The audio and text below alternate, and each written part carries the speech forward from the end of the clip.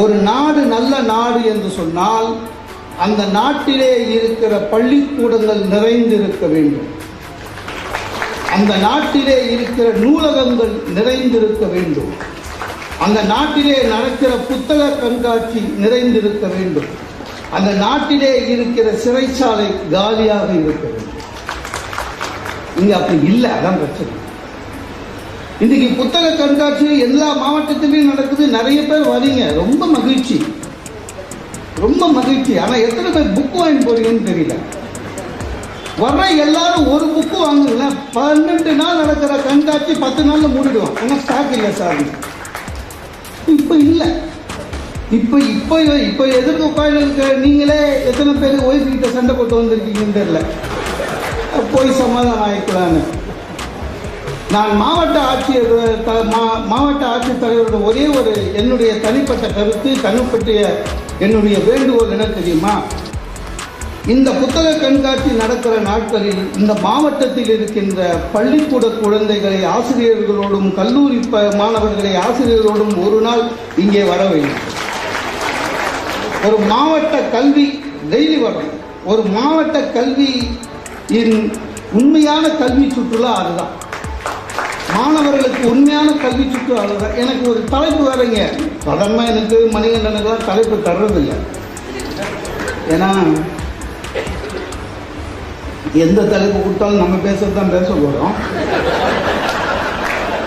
இங்க எனக்கு 6வது சினம்னு அனௌன்ஸ் பண்ண மேடம், முதல்ல 6வது சினம்னாங்க.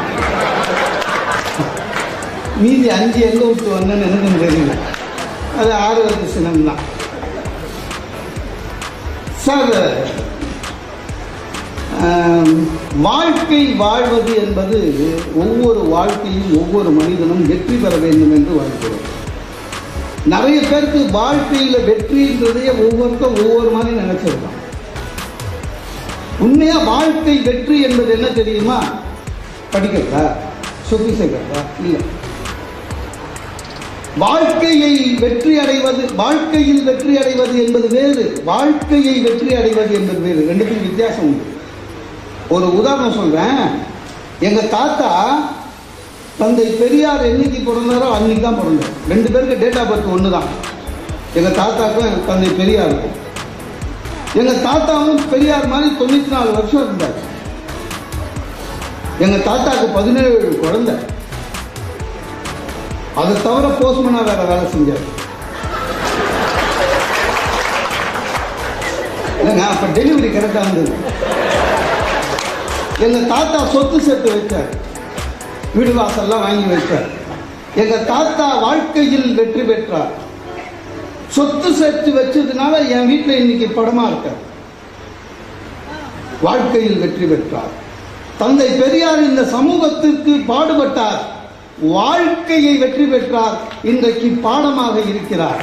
வாழ்க்கையில் வெற்றி பெற்ற என் தாத்தா படமாக இருக்கிறார், வாழ்க்கையை வெற்றி பெற்ற தந்தை பெரியார் பாடமாக இருக்கிறார். நல்ல குடிமகன் என்பது யார் சார்? இந்த நாடு உண்ண உணவில்லை, உடுக்க உடை இல்லை, இருக்க இடம் இல்லை. ஆனா எனக்கு உண்ண உணவில்லை, உடுக்க இடமில்லை, உடுக்க உடை இல்லை, இருக்க இடமில்லை என்றாலும் கூட இந்த தேசத்தை என்னால் நேசிக்க முடிகிறது என்று சொன்னால் நான் தான் நல்ல குடிமகன். இப்போ நிறைய பேருக்கு இந்த 6வது சினமே நிறைய பேர் தப்பா நினைச்சா போச்சு கூடாதுன்னு சொல்றாங்களா சார்? இல்ல, கோபமே வரலன்னா நம்ம போனோம், கோபம் வரணும், ஆனா அதை உடனே வெளிக்காட்டக்கூடாது. அதுதான் இந்த தலைப்பு. கோபத்தை ஆறப்போடும், கோபப்படக்கூடாது. கோபத்தை ஆறப்போட்டா போதும். சில பேர் எதுக்கு கோச்சிக்கிறான்னு தெரியாம கோச்சிக்கிறாங்க. நிறைய பேரே சொல்லுவாங்க, சார் ரொம்ப படிச்சவன் சார், கிட்ட போவாதீங்க, நாய் மாதிரி சார். சில பேர் அவனே சொல்லுவாங்க, சார் நான் சார் இப்படி இருக்க நினைக்கிறாரு, ரொம்ப கோபக்காரன், எப்போ கோபம் எனக்கு வரும்னு எனக்கே தெரியாது. அவன் கூட எவன் சார் பழகுவான்? சில பேர் அதை குவாலிஃபிகேஷன் ஆக்குறான் பாருங்க, அங்கதான் வருத்தம். நான் கோபக்காரன் சார், நேரு மாதிரி, அது அவர் எடுத்துக்கிறது. இவர் இன்னமும் நேரு மாதிரி சுதந்திரத்துக்கு போராடின மாதிரி. அவர் சுதந்திரத்துக்கு போராடினாரு, சொத்தெல்லாம் எடுத்து நாட்டுக்கு கொடுத்தாரு, இந்த பாரத தேசத்தை நல்ல பொருளாதாரத்தை பண்ணார். அவருக்கு சின்ன கோபம் என்பது ஒரு சின்ன, இவனுக்கு அது மட்டும்தான் இருக்கு. எதுக்கு கோச்சிக்கிறதுனே தெரியாம கோச்சுப்பான். சார் சார் கொஞ்சம் தள்ளிக்கிறீங்களா? ஏன் தள்ளி போனான்? தள்ளிக்கிறீங்கன்னு கேட்குறான். மனுஷனை கேட்குறான். சார் இப்போ டைம் கேட்டால் கோச்சுப்பான். சார் டைம் உனக்கு டைம் சொல்ல தான் நான் வாட்சி வாங்கினேன். அவன் இந்த சமூகத்தில் இருக்க வேண்டிய தேவையே இல்லை.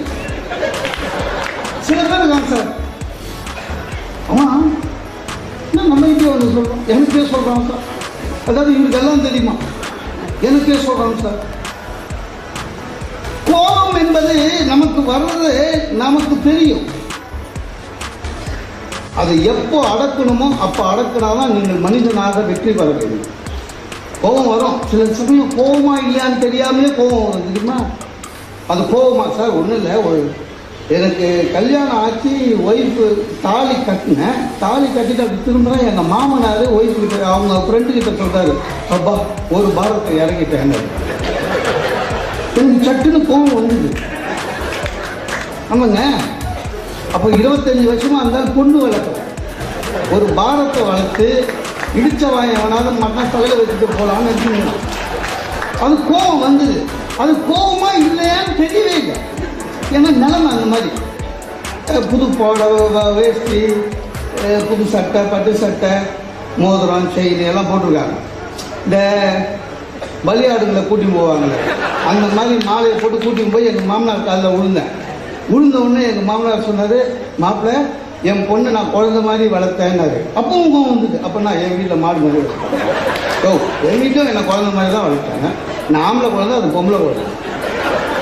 அப்போ அது கோபமா இல்லையான்னு தெரியல. 15 வருஷம் கழிச்சு அது கோபமா மாறிச்சு. சண்டை போது சொல்லுவோம்ல, உன்னை போய் குழந்தை நம்பர் வைப்பேன். அப்பவும் அவ சொல்றான், எங்க அப்பாவுக்கு என்னைக்குமே குழந்தை தான். 75 கிலோ ஒரு அரிசி மூட்டை வெயிட், குழந்தையா.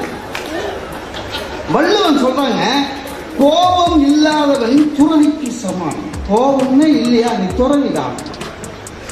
நீங்க உண்மைங்க, நீங்க அதெல்லாம் படிச்சுட்டு வள்ளுவர் சொன்னதா அதெல்லாம் நடக்காதுன்னு நினைக்காதீங்க. உண்மை, கோபத்தை விட்டுட்டீங்கன்னா நீங்க துறவி. இன்னைக்கு கூட எத்தனை சாமியார் பாருங்க, எவ்வளவு கேஸ் போடுங்க, சிச்சா மாதிரியே போறோம்.